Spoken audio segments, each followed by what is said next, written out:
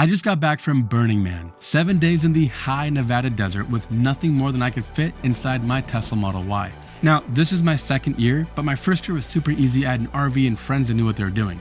But not this year. This year, I wanted to rough it in a tent, go by myself, and be there all week. Oh, and I wanted to make it the entire time with nothing but solar and batteries. Yeah, so no burning stuff at Burning Man. I truly did not know if I would make it or what to expect. And I'll tell you that the environment was even rougher than I thought it was. We were hit with 60-mile-an-hour windstorms and rainstorms and mud and just every challenge under the sun. And to make things even harder for myself, I had my Tesla Model Y and I was 100 miles from the nearest Supercharger. So 100 miles each way, 200 miles. My car with full range was about 280. That didn't give me a lot of room to be able to make it back with phantom drain and other things. And in this episode, I want to take you on my journey surviving Burning Man alone, all on solar and batteries. I'm Ricky, and this is Tuba Da Vinci. This video is brought to you by Triple Tap. All right, so this is the last charge stop before Burning Man. I'm in a city called Fernley, Nevada, and this is the last place I can supercharge before Burning Man. The drive here otherwise has been easy. Now that I'm here, it's a little bit more stressful because I gotta do something that I normally never do. We just charge this car to 100%. But I gotta do that because 280 miles of range is what my car tells me I have at full charge. That means that 90 miles to Burning Man, 90 miles back, 180 miles, call it 200. So that gives me an 80-mile buffer. Now, there's gonna be hours waiting in line with music playing and aircon running, especially on the way home. I might be in line for another 4 hours of the AC running and stuff. So it's really, really critical that I have like 150 plus miles of range. So I've got a bunch of solar panels and stuff. Let me show you my kit. So I've got an air conditioner. These are my quick up tents. I got two 10x10 tents, a little bit heavier duty. These are some Jackery solar panels up here, my backpack. And you can kind of see up here, I've got panels like in every nook and cranny of this thing. I've got solar panels all up and down. So I got my mini fridge right there, which has been really nice. I got an air filter. I just bought a little fan just to blow some air because I'm not gonna be particularly comfortable. Batteries back there. And then this is for the absolute worst case scenario. If like the days are cloudy or something happens and I can't deal with it, I'm gonna get 5 gallons of gasoline as a backup and hopefully never even need to use it. More solar panels up on top here. You can see the Jackery solar panels right there. I got a tire inflation kit and there's a lot of stuff inside there, but like a little cooktop, and I'm pretty much filled to the brim. 7 days, Burning Man, no fossil fuels. What could go wrong? Let's start with some of the challenges that you probably aren't thinking of.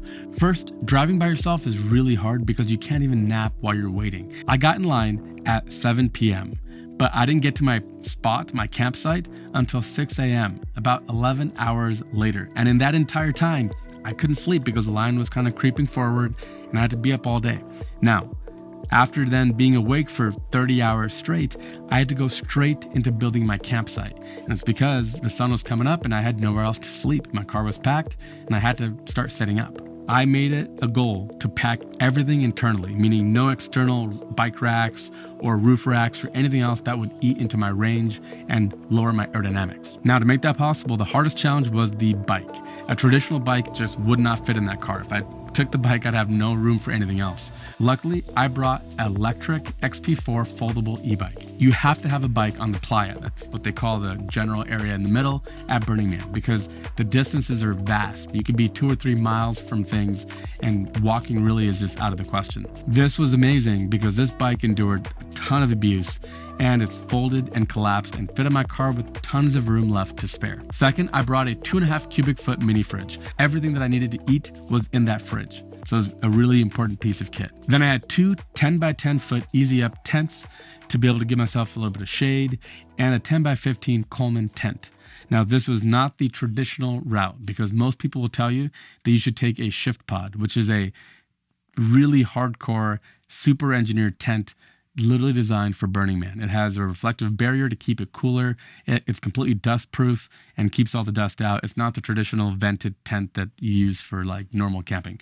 I get tons of comments from viewers saying that they love learning about engineering and tech, but feel stuck in jobs that don't utilize their passion.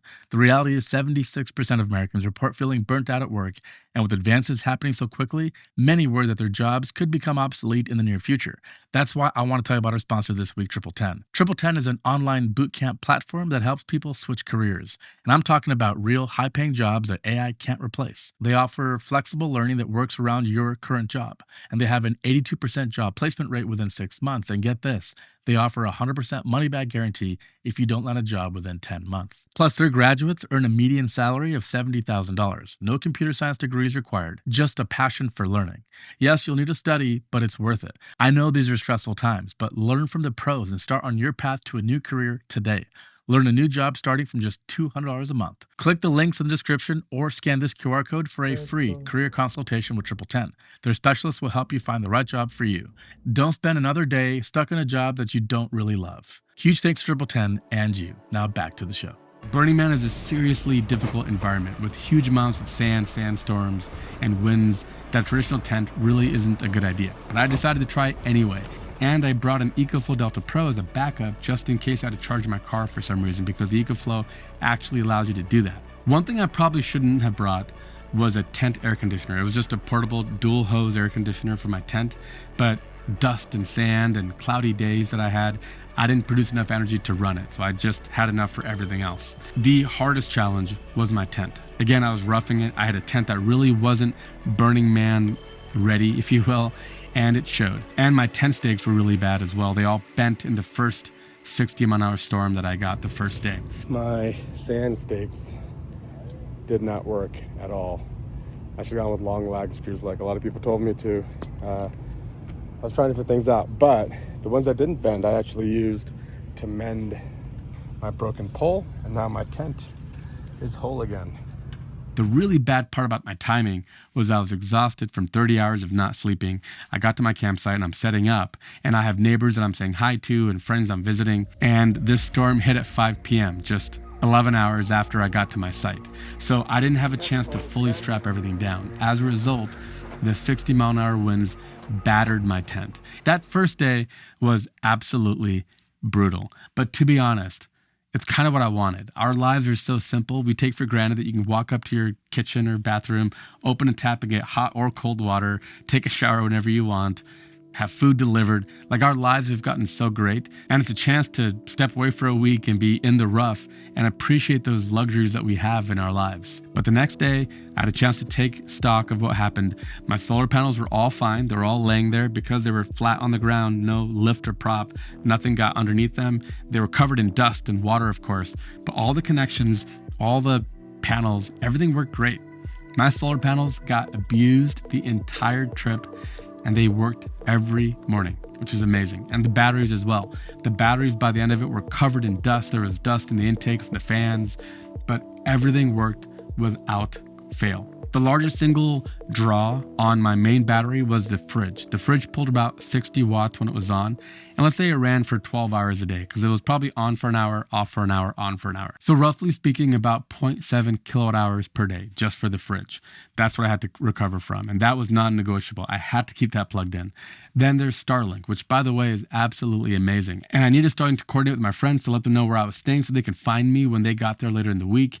And when my neighbors found out that I had Starlink, they were all connecting to get weather forecasts, for example. After those storms that were unpredicted, like my weather app didn't show that, and all of a sudden it was pouring rain and 60-mile-an-hour winds, we started just watching the radar data to make sure that we were prepared for the week, especially for the people who weren't living in RVs. That pulled about 30 watts, and I had it on for most of the time, honestly. There were a couple days near the end when the RVs started showing up and started blocking my panels that I had to make more sacrifices. But in the first few days, when there was no other really cars around me and my panels were producing all day, I left Starlink on.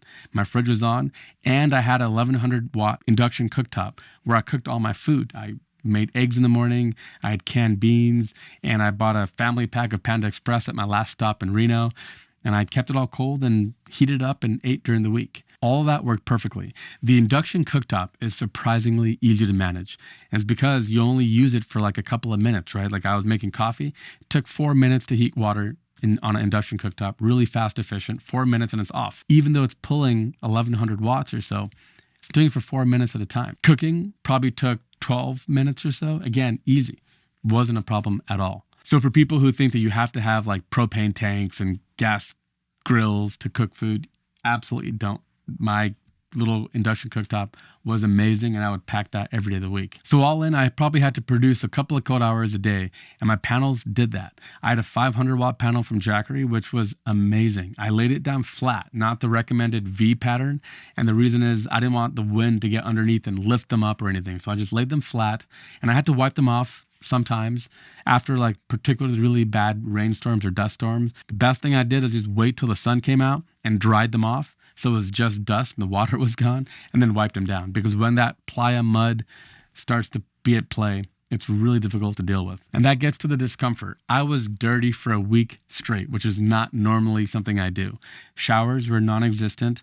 All bathrooms, I had to go walk about 200 meters to the porta potties to go use. And I was just constantly dusty. And that Burning Man playa sand is not like the sand you're thinking of from the beach, which is much more coarse grain. This is like the finest grain sand you've ever seen, and it's combined with salt, and it just forms this barrier. You just have to be okay to live for a week in a completely different environment. If you're a person who thinks it'd be cool to be an astronaut and be one of the first people to colonize Mars, you'd love Burning Man, because that's kind of what it was.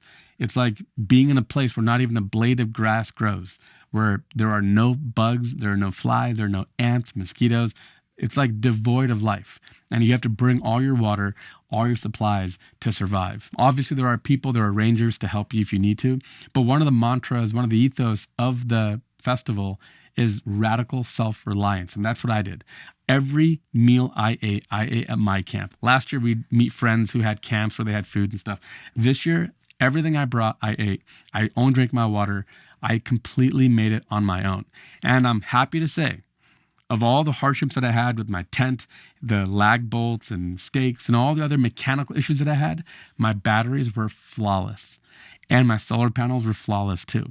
Yes, I had to wipe them down a few times, but they all worked perfectly. And it gets to the heart of what I wanted to share, which is a lot of people think you have to have gasoline and generators to do all the stuff that we like to do. But the truth is, these batteries have gotten so good that you really don't. And for certain things, it's vastly superior. I was surrounded by RVs, most of them running their generators all day, and it is horribly toxic. It smells horrible, the fumes are terrible, and it's just disruptive, loud, noisy. Everything about it sucks. And I know that, like, if you want to run air conditioning all day, that's hard with solar panels. You'd have to have a lot of panels producing like 2 kilowatts of energy to save for the evenings and stuff. But short of an air conditioner, for all your other luxuries of fridge and cooking and everything else, you can completely get by with the batteries that we talk about all the time on this channel. And it's so much easier and simpler. The crazy thing to me is that if you want to run a generator in an RV to just power Starlink, like 30 watts, nearly nothing, you have to have a generator running at idle, which is going to eat into the life, require maintenance and oil changes and all the other stuff. With a small little battery, it can output 30 watts for hours and hours at a time. Throw in a solar panel and it'll charge the next day and repeat over and over. So I'm happy to say that all worked out. How about my car? This was my largest headache because the 2 weeks before I was on vacation and left my car, the same car, at the airport, and it was losing 20 miles a day of range sitting there. So I checked 3 days later, I had lost 60 miles. Now I was starting to stress out, like, what the hell's going on? And then I remembered Teslas have Sentry mode and cabin overheat protection. Those two things eat a lot of energy. So if you want to save energy, you turn those off. I turned off everything I could, even like dome lights when you open everything, because I slept in my car at night. No HVAC systems, because it was pretty cool at night there. It wasn't a big deal. But I was actually seeing not 20, but just 1. So after a few days, I was tracking my progress. I had 170 miles when I got there and parked. I left, I had 160 miles. So maybe a little more than 1 mile a day. And that was totally fine. And the really good news is just in time when I got back, Tesla has a new software update that'll make that even better, because now they have low power mode like your iPhone does. You turn that on and it'll turn all those systems off for you. And that's something I'm shocked that Tesla took 10 years to do, but it's a very welcome addition. So knowing that, then I did not need gasoline, did not need my generator. I brought it for nothing, which I'm happy to have done, but I completely survived Burning Man without it. Now, if you've ever wondered about Burning Man or were curious about going, you've never been before, it is really hard to describe, but it's like, imagine a city that exists for just 1 week a year. They call it Black Rock City. It is not a city, it is just dirt and dust. But for a week, thanks to all the hard work of the people who come about a month before to set things up, but this entire city exists for 1 week out of the year. The reason why that's so good for me personally is like I work a lot and I find myself really focused on my work and not always present, but Burning Man forces you to be present. I was not thinking about work or next week's video. For 1 week, I was just truly in that moment. Every person will have a completely different Burning Man experience because of what you're into. Some people go to just party. There's a ton of parties to be had. Some people go and they just want to meet neighbors and go for the community. There's a ton of that. There's people of all walks of life, professions. I'm at engineering camps who you can bring broken stuff and they'd help you fix it. Seriously, like if your battery stopped working or your generator was giving you trouble, they'd help you troubleshoot how to fix stuff. I met camps that have art cars, and that was the coolest thing that we did this year. One of my friends, Patrick, made an art car. He called it La Rana Hypnotica, which is the hypnotic frog. It was inspired by the Hypnotoad from Futurama. We were shocked by the resolution that he had to actually pull this off. It took him about 7 or 8 months to build. He found a fabricator. He did all the electronics and the batteries and stuff. It's based on a GEM, a Polaris platform, a pure electric platform for airport trucks and stuff. And he built this fiberglass shell around it. And the frog was the absolute highlight of my trip. Being up on the top hat and cruising the playa day and night was just fascinating. Overall, it was absolutely a blast. And I hope all of you guys will go. Next year, maybe look for the toad, the hypnotic frog. If you find that, come say hi because I'll be there next year. We'll probably be there in the same art car. And hopefully it's something that you could take something out of and find something for yourself. But what do you think? Have you been to Burning Man before? Would you go? Would you consider going? Sound off in the comments below. All right, that was a quick look at how I survived Burning Man for 7 days in the desert with nothing but solar batteries in my EV. Next year, I'm gonna do it completely differently and get an RV with solar panels on the roof, get rid of the generator and other things. But that's what I did this year, and it was amazing. All right, I'm Rick with Vinci. Thanks so much. I'll catch you next week.